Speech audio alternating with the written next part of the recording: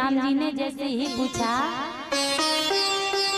विश्वामित्र जी ने कहा एक बात बताइए राघव,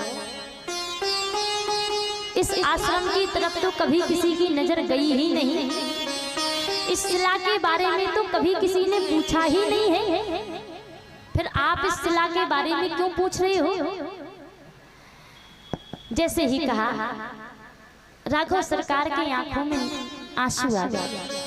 राम जी ने कहा गुरुदेव आप तो सब जानते हो, अंतर्यामी हो, जिसकी तरफ किसी की नजर नहीं जाती है, जिसे संसार में कोई नहीं देखता है, जिसका संसार में कोई नहीं होता है, उसका यदि कोई नहीं होता है तो उसका कौन होता है? मैं ही तो होता हूँ।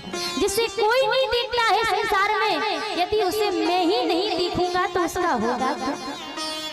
जिसका कोई सहायक नहीं होता है संसार में, जिसका कोई रक्षक नहीं होता है संसार में, उसकी रक्षा करने के लिए मैं हमेशा तैयार रहता हूँ, उसके लिए मैं हमेशा उसके पीछे खड़ा हुआ उसे दिखाई देता हूँ। भक्त चिंता दूर करो, भक्त चिंता दूर करो, मैं तो तेरे पास हूँ, और प्रेम से जिसने बुलाया बस उसी का दास हूँ, प्रेम से जिसने बुलाया बस उसी का दास हूँ। कहा जिसका संसार में कोई नहीं होता है उसका मैं ही तो होता हूँ। इसलिए आप एक बात बताइए कौन है? इस शिला ऐसी क्यों है? अच्छा किसी ने कहा महाराज एक बात बताइए। जैसे ही विश्वामित्र जी ने सुना तो विश्वामित्र जी महाराज ने कहा राघव सरकारी और कोई नहीं है, गौतम नारी श्राप बश उपल देह धरी धी, और चरण कमल रज चाहती, कृपा करहूं रघुवीर। कहा गौतम ऋषि की पत्नी है, नाम है अहिल्या। अच्छा गौतम ऋषि की पत्नी नाम अहिल्या है, और भगवान एक बात बताइए, गोस्वामी तुलसीदास जी महाराज से पूछा महाराज आपने एक जीव की कथा को यहाँ पर कथा लिख दिया है, पूछा मुनि शिला प्रभु देखी, सकल कथा मुनि कहूँ विसीखी। तो एक जीव की कथा को कथा लिखना क्या सही बात है? गोस्वामी तुलसीदास जी महाराज ने कहा भैया बात तो सही है कि जीव की व्यथा को कथा नहीं लिखना चाहिए, लेकिन एक बात ये भी है कि जीव की व्यथा रहती कब तक है? कहा कब तक रहती है? जब जीवात्मा की व्यथा जीवात्मा से ही जुड़ी रहती है तब तक ही वो व्यथा रहती है। लेकिन जिस दिन जीवात्मा की व्यथा परमात्मा से जुड़ जाती है उस दिन व्यथा का रूप बदल करके कथा में परिवर्तन हो जाता है। और जिसे परमात्मा पूछ रहे हो और विश्वामित्र जी जैसा संत सुना रहा है तो क्या वो व्यथा हो सकती है? नहीं हो सकती है। उसने तो उसी समय कथा का रूप ले लिया। अच्छा महाराज विश्वामित्र जी ने कहा राघव ये गौतम ऋषि की पत्नी अहिल्या है, इन पर इंद्र ने आक्रमण किया तो पति देव ने श्राप दे दिया। राघव सरकार ने कहा एक बात बताइए, इसमें तो इंद्र की गलती है, तो इंद्र को श्राप नहीं मिला है? बोले बिल्कुल मिला है। श्राप किसने दिया? बोले गौतम ऋषि ने दिया। अहिल्या को दे दिया कि अचल हो जाओ, और इंद्र को दे दिया कि रोगी हो जाओ। राघवेंद्र सरकार ने कहा श्राप तो दोनों के समान होने चाहिए थे, क्योंकि गलती समान है तो श्राप भी समान होने चाहिए थे। मैया अहिल्या को अचल बना दिया और इंद्र को रोगी बना दिया, भटकने लगा। अच्छा यदि इंद्र को भी अचल बना देते तो इंद्रासन पर प्रभाव पड़ता कि नहीं पड़ता? और जब इंद्रासन पर प्रभाव पड़ता तभी बात बनती। लेकिन गौतम ऋषि ने ऐसा किया नहीं।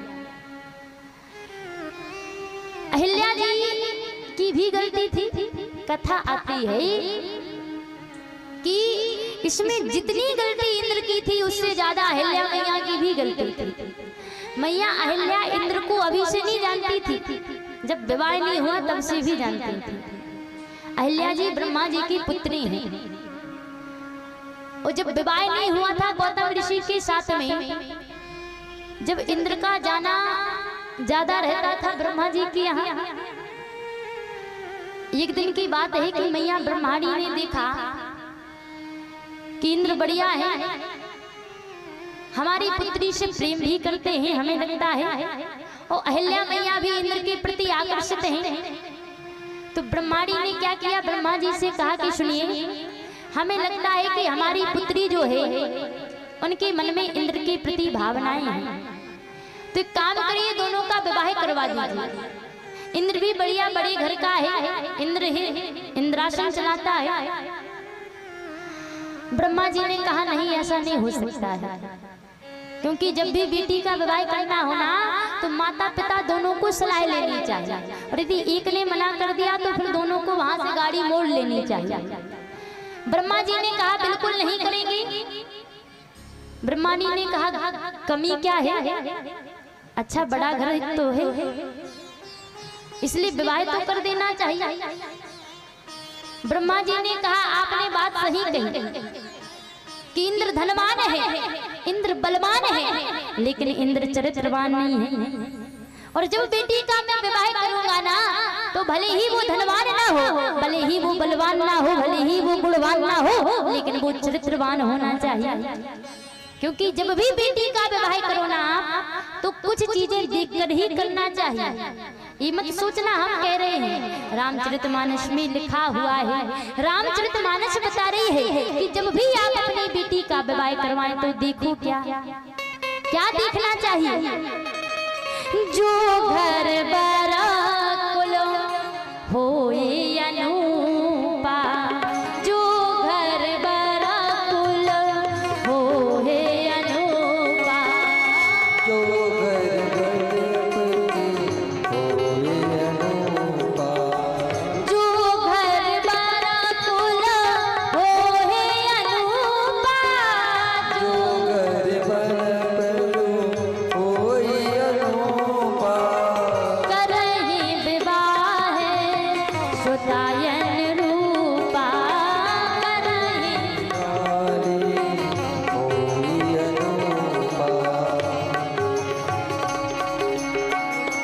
क्या देखना है, जो घर बरा कुल होई अनूपा,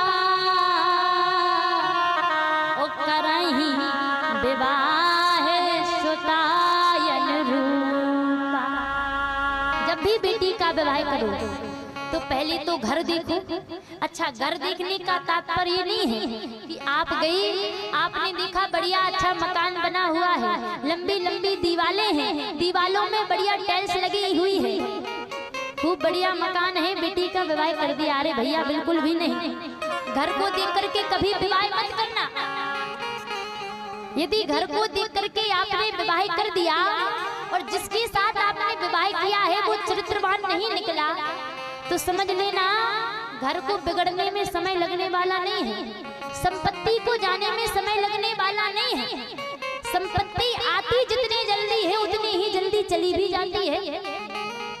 तो बेटी का विवाह आपको घर की लंबी लंबी ऊंची ऊंची दीवारों के साथ में नहीं करना है, आपकी पुत्री को लंबी दीवारों के साथ में जीवन यापन नहीं करना है, आपकी पुत्री को आपके दामाद जी के साथ में जीवन यापन करना है। तो जिसके साथ में आप विवाह कर रहे हो उसका घर मकान देख करके विवाह मत करना, क्योंकि यदि घर मकान देखकर ही केवल विवाह किया और वो पुत्र चरित्रवान नहीं निकला तो घर को तो बिगाड़ेगा ही बिगाड़ेगा, आपकी बेटी का जीवन भी बर्बाद कर देगा। और फिर ऐसी ही खबरें आपको देखने को मिलती हैं कि उनकी पुत्री ने सुसाइड कर लिया है, आत्महत्या कर ली, पंखे से लटक गई, केरोसिन तेल डाल दिया। ऐसी खबरों से यदि बचना है तो भले ही वो धनवान ना हो, गुणवान ना हो, लेकिन चरित्रवान होना चाहिए।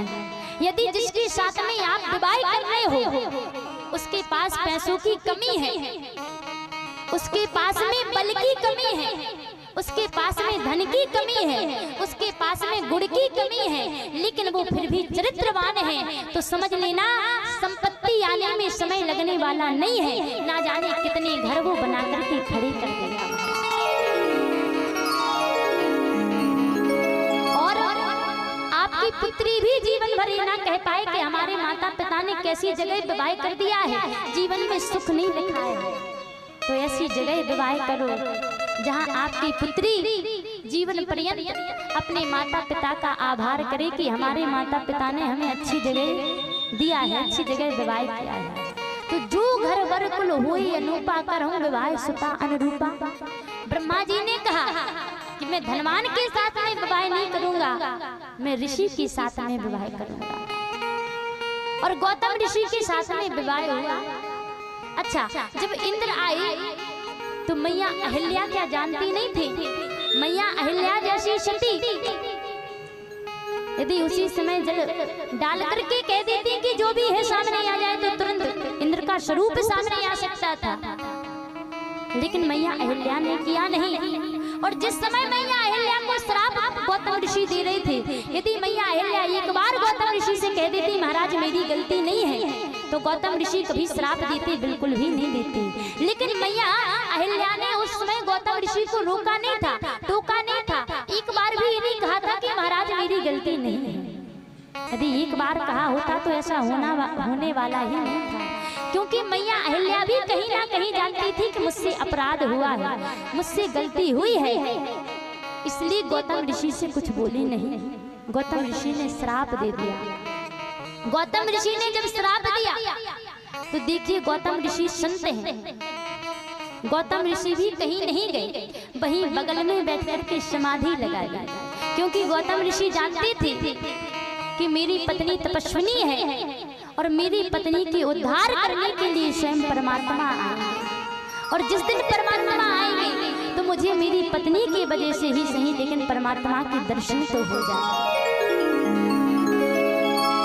आज जब गुरुदेव ने कहा गौतम नारी श्राप वश उपल देह धरि धीर, और चरण कमल रज चाहती कृपा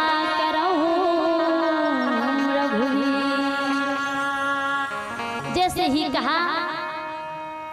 आज राम जी ने मन में बात लाई कि गौतम ऋषि की पत्नी अहिल्या है, ब्राह्मण है, यदि मैंने ऐसे ही चरणों को रख दिया तो अपराध हो जाएगा, लेकिन किया क्या जाए।